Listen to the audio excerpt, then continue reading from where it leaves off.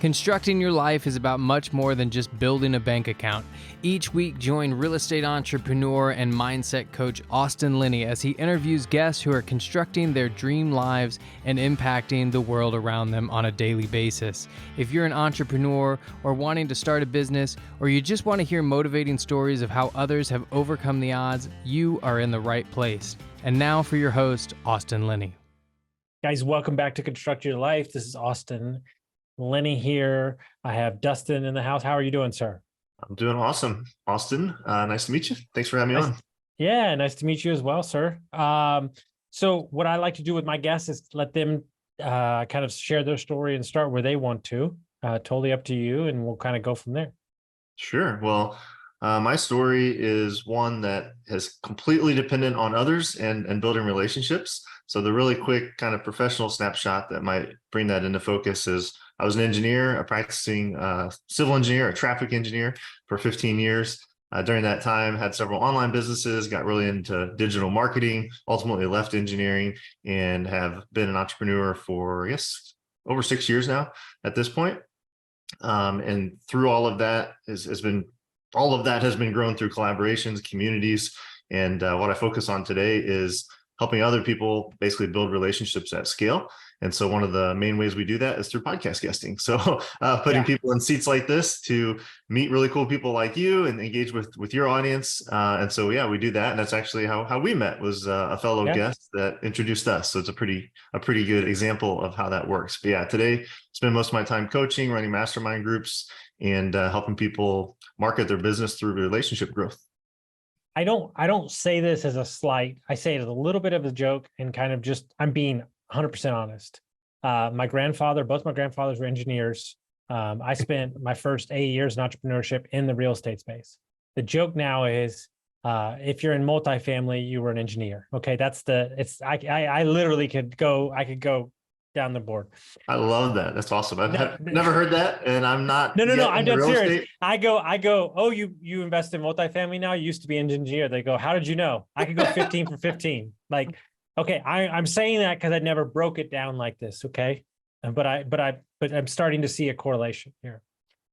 One, there's the bad side of it, which is you left engineering, so that says a lot about that job. But I digress. We'll cover that another time.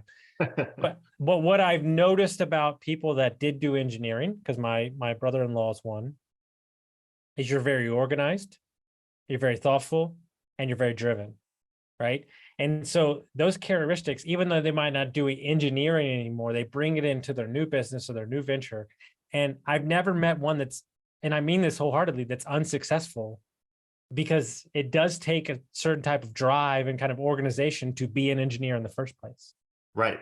Yeah. There's people have I've got this weird journey of different businesses. They kind of cover marriage, marketing, meat sticks, masterminds. So I've applied this skill set, I guess, if you will, this mindset in a lot of different ways. And so people sometimes are like, what in the world are you doing? I'm like, well, to me, they're all just applications of the same system, right? And so to your point, I definitely am attracted to multifamily real estate investing because I can see the vision for that really quickly. Right, is now I run a big trade company, HVAC, plumbing, electric, construction, welding, that's what I run now, 50 employees. And I'm having to learn the engineering part of it to help my sales guys, right? Because we do large scale commercial. Yeah. And what I realized through this, right, we do big projects. So there's a lot of personalities, engineers, architects, managers, construction guys. So you have to have a lot of speeds. When it comes to an engineer, there's a lot of people involved that are seeing this vision that comes from nothing, and then boom. And I don't think that's something that's highlighted enough when it comes down to engineering. And obviously there's different types, but there is a lot of different people that you have to put inside this vision to get something off the ground. Yeah, 100%. I mean, before I left my professional engineering career, I mean, at the end of that, I was managing about 25 people, multi-million-dollar budgets. I was responsible for not only the hiring and firing of those people, but the sales, the proposals, the marketing, most of the higher level presentations. And so, it's like anything. When you get to the kind of pinnacle of a certain area of expertise, I mean, you have to develop so many different skills that are transferable to other industries. I just personally kind of got burnt out with the whole thing and kind of felt like there's nothing left here for me to pursue and learn. And I had these other projects and other side things that were going on that were really starting to draw my attention. So yeah, I still love engineers. I still have a lot of respect. And if you dig into it, you actually find that at the highest level of some of the biggest companies, many CEOs actually have engineering degrees. So I think there is something to be said there for it's not so much the specific education you get, but they actually teach you how to think, and they teach you how to, engineer solutions, think in reverse action steps. And I think that really is great for growing businesses, real estate investing, helping people in groups, however you want to apply that kind of systematic thinking. But yeah, I'm very grateful for the time I had to put in those reps over those years, specifically in engineering, and how it's helped me and kind of be unique in other industries. So you mentioned that you got burned out. A lot of people do get burned out, but they don't make the leap. Talk about that time when you did leave, and, you probably left a good paying job to start a business. Talk about that time and kind of what was the catalyst for making that jump. Absolutely. Yeah. It's a great question. So I started my first online business in 2009, but it was really about 2015 is when I really started to think I could actually leave engineering at some point and give up this identity. I was at a digital marketing conference down in Austin, Texas. I was just like, I think I could do this. But on the other shoulder was had a wife and 3 kids, sole breadwinner. My wife was a stay-at-home mom. She had quit her special education career to be a stay-at-home mom, and so very risky. And while I had an entrepreneurial bug, she very much does not. And so it was not a quick process. So 2015 is when I started thinking and started communicating with her, like, I think this is something I could do. Let's start putting some things in motion. That came to a head in the summer of 2017. And I remember it like very vividly because I had an epiphany moment where I'd been building this stuff on the side. I had some marketing clients, and while I still had this very strenuous day job, and I had another 2 businesses. So, however, I got to this point and I'm like, how's this ever going to happen? And it finally hit me. And this sounds so simple in hindsight, but hopefully this is something your listeners can take away, is like almost nothing in my life is a permanent decision. Right. And so I finally had this weight off my shoulders in the summer of 2017, where I'm like, you know what, I can actually make a run at this, and I could try full-time entrepreneurship and giving up this engineering job. And you know what, if I really suck at that, I can always come back and get another engineering job. And like I said, it seems so obvious now, but it felt like this like fatalistic, like I'm going to die if this doesn't work. And like, this is a permanent decision. And aside from hopefully your spouse, your kids, and maybe a religious vocation, there aren't many things that are permanent. So like you could go try stuff, and then you could always like back off of that. So that was a huge moment. And I remember I went to my wife and my kids and I said, look, I'm making a run at this. I'm giving myself 6 months. And basically by the end of 2017, I'm going to have this much money in the bank, or I'm not. And if I do, then I'm going to quit engineering and move on. And if I don't, then I'll, come up with the next plan and see what the next increment was. So I worked like an insane madman for 6 months, had the full-time job, several businesses, and was just like getting every marketing client I could to try to build this war chest, figuring I needed 3 to 6 months of like expenses if I just had no income, which was again pretty unrealistic, but that's what we did.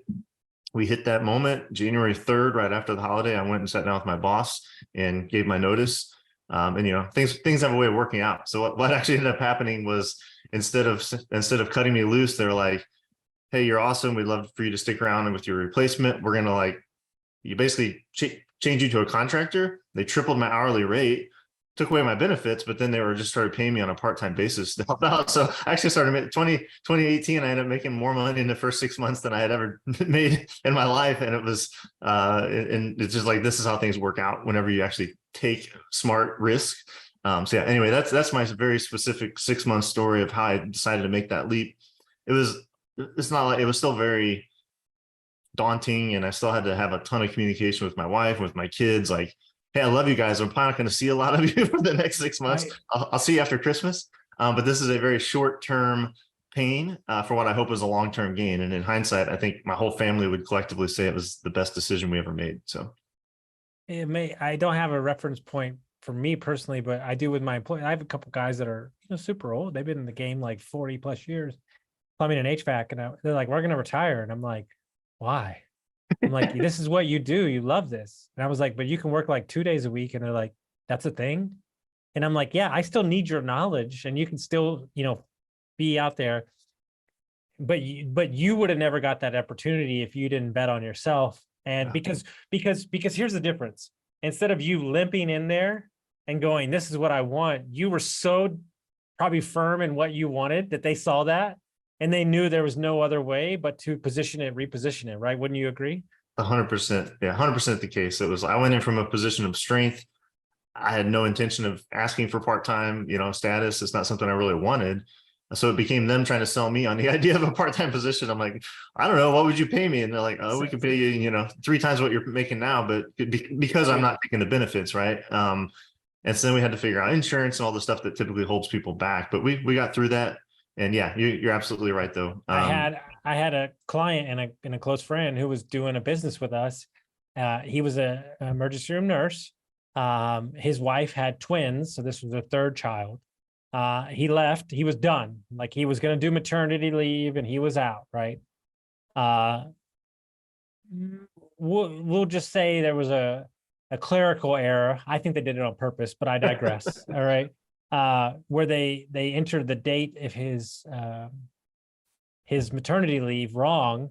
So he thought he had another 3 months, but they said, no, you got to be back to work next week. And he was devastated, right? He was going to have to leave what he was doing with us. And I said, look, man, I said, you got 3 kids. I was like, there's never been a time in America where nurses are getting paid what they're getting paid. I said, you've been doing this 10 years. I said, they need you to take over a job of a woman that retired. I said, you have them by the you-know-whats. And I said, you squeeze until they cry. And he's making triple than what he was making. He bought his brand new house for him and his wife, who were living in an apartment. He's working less than he was working before. And he goes, no, I want to be an entrepreneur. I said, dude, I get that. But you've been 10 years to get this. I was like, respect this time. Put your war chest away. The economy's a little iffy. Yeah. I said, when it's time to go in 2 years, you're going to have everything you wanted. And now you're in a position of strength and not weakness. And he was like, it's hard. And I go, yeah, it's hard, but I guess that house is really nice, right? Yeah, that's great advice too. And it's an ego thing too, right? Like in my case, I built this up like, oh man, I'm going to go sit down. This is the day I'm quitting. And I was excited, but nervous. And so to kind of have them come back and be like, well, why don't you just, work 15, 20 hours a week for a while, and then you'll find your replacement. And I was kind of hesitant at first, like, well, no, I don't know, I'm going to do this full time. I'm like, well, if I do this for 3 months or 6 months, like, what's the harm? I'm just going to pad the bank account a little more. I don't have to be I can come pursue new clients from even a more position of strength. Like, I don't really need to work with you, but I can if you want. And then, again, it set everything in motion. Actually, in that time frame, I found what's now my business partner in a company called Fire Creek Snacks. It's like so much happened in that 1 year period from summer 2017 to summer 2018. And it just turned out like beautiful. Like the transition turned out really low pressure. It was really great. And it set me up for much higher levels of success down the road, which of course I couldn't see at the time, but now I can look back and be like, that was a really pivotal time for our family and for my entrepreneurial career. So how many, like, I know you have multiple businesses, but how many like active businesses would you say that you have at the current? Yeah, just 3. So I still have the original one. If anyone can see it on camera, they would see it over my shoulder, but it's called Engaged Marriage. So I started that way back in 2009 out of an outgrowth of marriage ministry my wife and I were doing. It became a business. I wrote a book. We were doing speaking. We're actually pretty active with speaking up until COVID. So that still exists. It's very much a passive income source at this time. It's all driven with organic traffic, and there's systems set up for a membership area that drips out. So yeah, it's probably something I'm going to let go of and sell in the near future because it still has a real value. And it's not something I spend a lot of energy on anymore. But Engaged Marriage is business 1. Business 2 is the partnership I mentioned, Fire Creek Snacks. It's a growing e-commerce and wholesale business. We sell healthy meat sticks as kind of the core product there. And my business partner is a 3rd generation butcher shop owner. So he has all the product knowledge and kind of that family heritage. I'm the sales and marketing arm of that. And that was really an important several year period there, because that brand, Fire Creek Snacks, is what brought me into podcast guesting in 2020 on the backside of COVID. So I was the story I like to share is I was driving to Chicago from St. Louis to a trade show in March 2020, got the phone call that it was canceled, and was like, oh shit. And then I lost half my marketing clients that were local businesses. And so that was that was the next like big change in what I do. It was in response to all the changes with COVID. I think we all have those stories. But yeah, summer 2020 for Fire Creek, I pursued my first podcast opportunity. It went really well. That eventually evolved into a lot of people coming to me for help with that and other types of marketing partnerships, which has become the third and main business where I spend 90% of my time, which is Simple Success Coaching. And that's where I run these mastermind programs and different types of training programs to help people with their marketing and very specifically podcast guesting. And, there's some people that I've met, 800, 900 plus podcasts that I've done or been on, created, where I think the people that have it the smartest, and I'm envious of them sometimes, is the ones that are just guests. Like they don't actually have a podcast, but they use the traffic of other people's podcasts to get them out and cross brand and everything. There's a guy in real estate now, he started his own, but for like 5 years, he just did other people's podcasts, put it on his website, and he got a lot of, business and exposure from that. I don't think enough people realize a median like that, because you can tell when a podcast comes out, you can tell which group has an audience, because I remember when I went on one, I think I got like 20 DMs in one day on LinkedIn, oh my God, like they have a big audience, right? That's when you kind of like have the light bulb moment. Do you notice a lot of your guests that run businesses or whatever, they realize that when they go on a couple podcasts? Yeah, 100%. And so I've always kind of said tongue in cheek, like I go to conferences, I speak all on podcasting, and then people are always like, well, what's the name of your show? I'm like, I don't have a podcast. So yeah, for 3 years now, I've done podcast guesting exclusively to grow Fire Creek and then to grow this coaching business to 7 figures. And then this coaching business is multiple 6 in the first 9 months, all through podcast guesting. And very importantly, the relationships that have come from that, right? So there is an element of it, like you just mentioned, where you're on certain shows and you get direct sales from that. What we build is a whole system around each appearance to where you're filling your pipeline with leads, you're building relationships with not only potential clients, but like referral partners, other people with podcasts, other influencers. So we've got a whole thing built around it now. And that's what we help clients with. But yeah, it's extremely powerful and extremely underrated, which is great for me, because for the people that do get interested in it, they're like, how the heck do you do it? Yeah. So that's what we help them with. But yeah, to your point, I mean, the whole idea here, so I think it's important to kind of say this too. I talk about podcast guesting because people get it, like immediately, they know what that means. And that's a great vehicle for really anyone with an online business. But the exact same mindset and strategy can be used in lots of different ways. So the main strategy with podcast guesting is you're getting yourself in front of your target market by borrowing someone else's audience in a way that's like win-win-win. So if I do a good job today and hopefully someone's listening to this and they're like, oh, that makes sense, and they learn something, well, then your audience gets a win because there's good content. You get a win because you need new fresh voices and new content. And of course, I get a win because then people learn what I do. So if you think about that in other ways, like Fire Creek, we did podcast guesting, but we also have done a lot of subscription box placements. It's the same thing, right? Like we donate or give at a discount a product. So for the subscription box owner, that's great because now they've got something new to feature. Maybe they get it at a discount. Their audience is happy when they receive it because they got a new, hopefully the best snack stick they've ever had. And it's great for us because now we've got exposure to new customers. So this is as old as lunch and learns, as joint webinars, getting on people's YouTube channels, being on Instagram Live. There's lots of different ways to apply it, but the basic idea is just what I described. Borrow other people's audiences so you don't have to deal with all the production and all the things that come with owning your own show, and do it in a very scalable, systematic way, which is kind of the system part of what we teach. But spoiler alert, I am going to start my own podcast. It's about 2 months out. It's about 2 months out from launching. So I've resisted for 3 years, but I'm giving in. So. Yes. Okay. Here's the deal. I'm going to record this and I'm going to send this to my podcast producer, this separate video, because I'm going to do an ad for your business. And I'm not even one of your clients because I'm going to show you. And I want you to share this with all your people when I send it to you. Okay. So when I started a podcast during COVID and, I didn't know any different.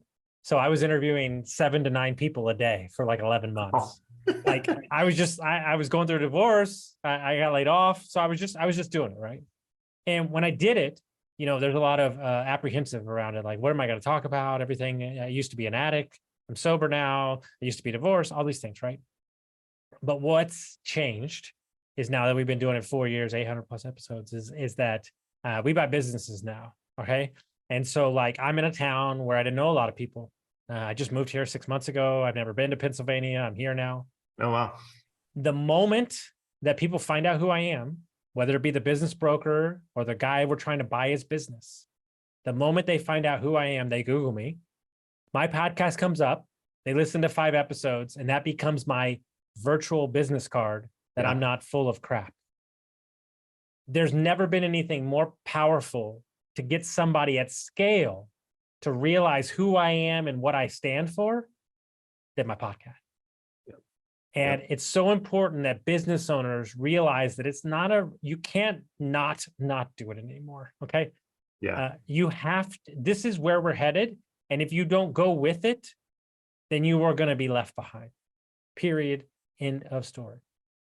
It's just one of those things where you have to understand that this is a virtual business card now, plain and simple.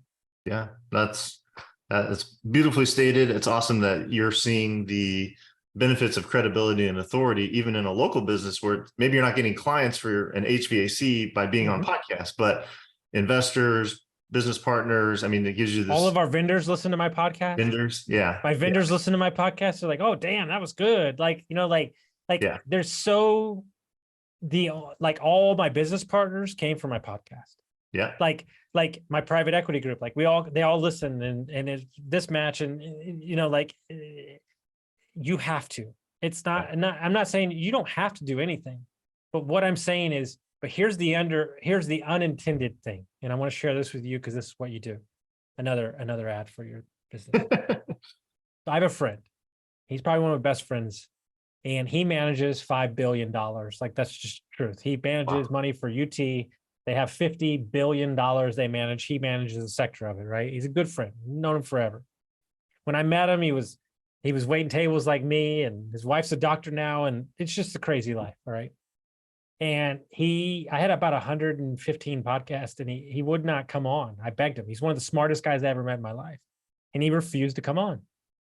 And I said, look, dude, I really want to, we have amazing conversations. I think people will get a lot of value out of this. And so he comes on and we do it. A month passes and it comes out.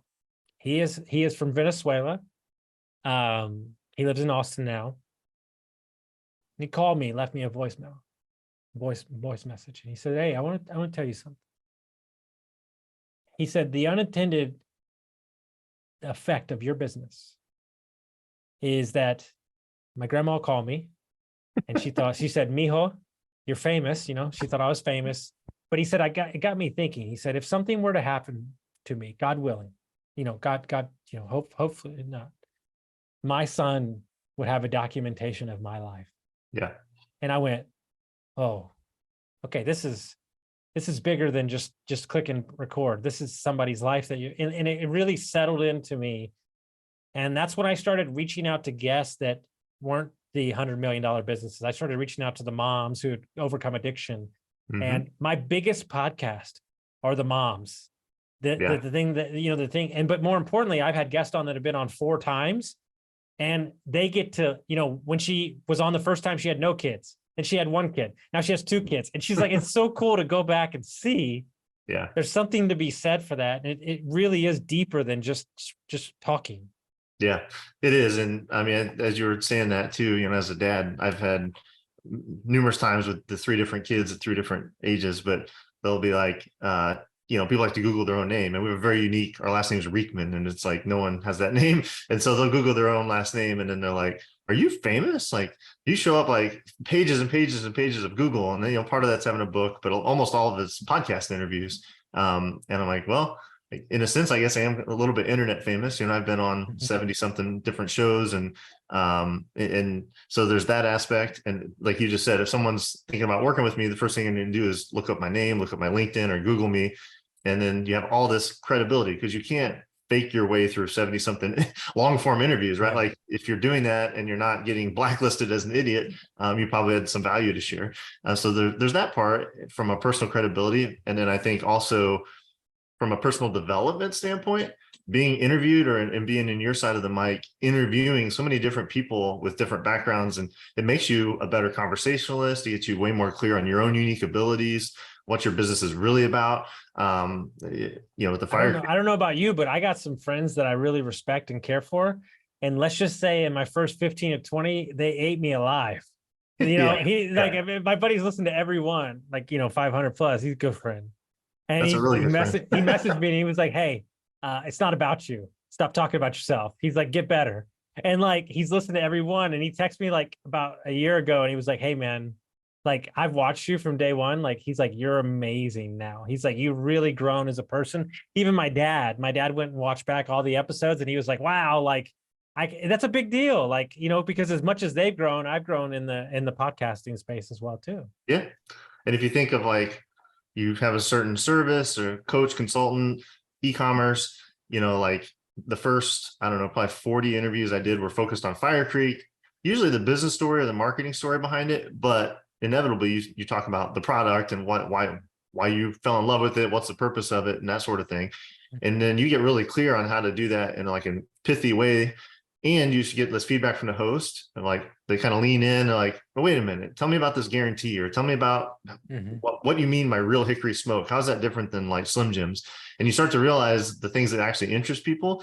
So I think that's invaluable, and it's something you can do virtually through podcasting. And then you get the audience. So when people send you an email and they're like, there was this part of your story that I really cared about, or like, then you realize that, wow, like that is actually a really important part of our story. And there's one of those that happened for Ryan and I, my business partner in Fire Creek, where something came out of an interview and they're like, this host had asked me what I was grateful for that day. And it was like, I was nostalgic about my grandfather who had passed away. And somehow I got into the story. I'm like, and it clicked in the interview that I'd actually grown up in the same hometown as Ryan, and had moved away. So we never met each other until I was 40 years old. Wow. in his butcher shop.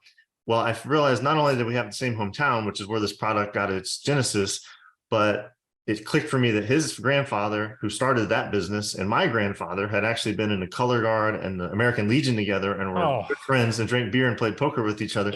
And so as we started talking, I'm like, your grandpa's name is Bill Hansen? He's like, yeah. I was like, well, mine's Bernie. He's like, Bernie. I remember my grandpa talking about Bernie. And like this wild thing that 3 generations ago, our grandfathers were like buddies, and now like 3 generations later we're business partners, and we never met in between. So anyway, like those kind of stories come out of an interview because someone's asking you a new angle or a new question, and now that's part of our story. Like when we're talking to people at a trade show about how do you guys know each other, it's like, well, funny story, and it's like then people remember that like that's a super emotional, like cool, nostalgic thing, and it brings people to the brand. And so there's I don't know, there's so many different nuanced things that long form interviews like podcasting can generate. We could talk for 2 hours about all the different benefits and the stories. And I don't say this lightly. From 2020 to now, if I think of all my clients, all of my partners, most of my online like friends, people I connect with on LinkedIn, people I have Zoom calls with, pretty much every single one of those, including you and I right now, traces back to a podcast guesting experience I had, right? Like, because it's someone in the audience or that host, introduced me to someone, or they enrolled in my program or I enrolled in theirs. And then, it's like, but this like virtuous relationship cycle, that I'm now in this, I call it like the network effect, right? Like I've had so much of that, and it's compounded so much that like, I've literally from last year to this year, my income, my network, everything's like 10x what it was. And it's not me, it's the relationships. And so podcast guesting is just a beautiful way to build those kind of relationships at scale.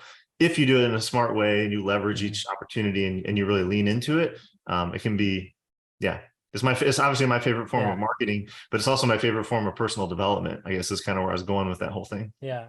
So if somebody is on the fence, or they own a business, or they're just an entrepreneur, or whoever they are, and they haven't started yet, they have never been on a podcast, what's your kind of 1-2 steps to get started? Yeah. I mean, we've got a whole 5-step framework to do this in a big way. But I mean, the first step, if you're in that position, you're like, I've never really been interviewed, I'm not really sure what I would talk about,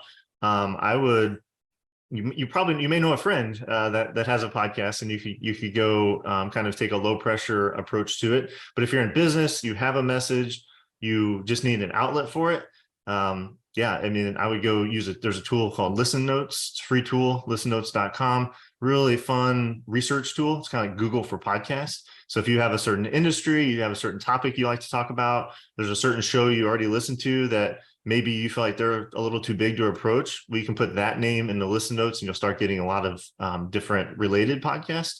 And so I would look in there and find 3 of them that you think would be fun to be on, that you think would move the needle. And then you just want to reach out to them and be human, be compelling, listen to some of their episodes, give them some immediate feedback about how those impacted you, and then talk about how you think you could serve their audience. And that's like podcast guesting 101. And that's really the way to get it started. And then we could, there's way more advanced things from there. But yeah, for someone who's like on the fence, try it. You may be a little nervous. You may feel like you can't think on your feet. It's actually fun. And if you get a great host like Austin, they make you feel comfortable. And then your only risk is like me, I talk too much. It's not that I don't have enough to say. I talk forever because I get so passionate. I'm sure you get the same thing I get. Everybody, even when I invite them on, the number one thing that anybody says, I have nothing to say, right? What do you tell people then when they say that? Yes, you do. Like, especially if you're an entrepreneur, like you have, if you only got on a show and you shared why you do what you do, that's like the most compelling thing you can share. And that not only connects people to you personally, but then it connects them to your business. Because if there's like a passionate mission behind why you do what you do as an entrepreneur, then just get on and tell that. And the stories from there will take care of themselves. The greatest thing my friend here owns a big agency in New York said to me when I was getting started was marketing is nothing more than facts that have happened. Yeah. Yeah. And when he told me that, I was like, oh, okay, we don't have to make up anything, right? And so what you're saying is just be you, tell why you're doing it, and we're good. Yeah, if you have a case study to share, if you have like a special framework you like to work through, that's all great. But I think the main thing is, what's the problem you solve? Why? And then if you have a how that you want to share with an audience, great. But that's the big thing, is who are you and why do you do what you do? I feel like that's the most compelling part of most interviews. I love it. So if people want to find your website, they want to follow what you're doing, how would they do that? Yeah, so simplesuccesscoaching.com is the website. It's under redesign, so it may still not talk a lot about what I do, or it may be perfect by the time you get there. But simplesuccesscoaching.com, regardless, will get you in contact with me. So if you want to reach out, have a conversation, you have a question about podcast guesting or marketing, that's the place. And then I'm super active also on LinkedIn. And I mentioned Dustin Riechmann, Riech, is a very unique name. I think I'm the only one on there. So if you head over there, I post daily and love to connect with people on LinkedIn as well. Awesome. Guys, if you got some value from this episode, send it to a friend, and we'll see you next time.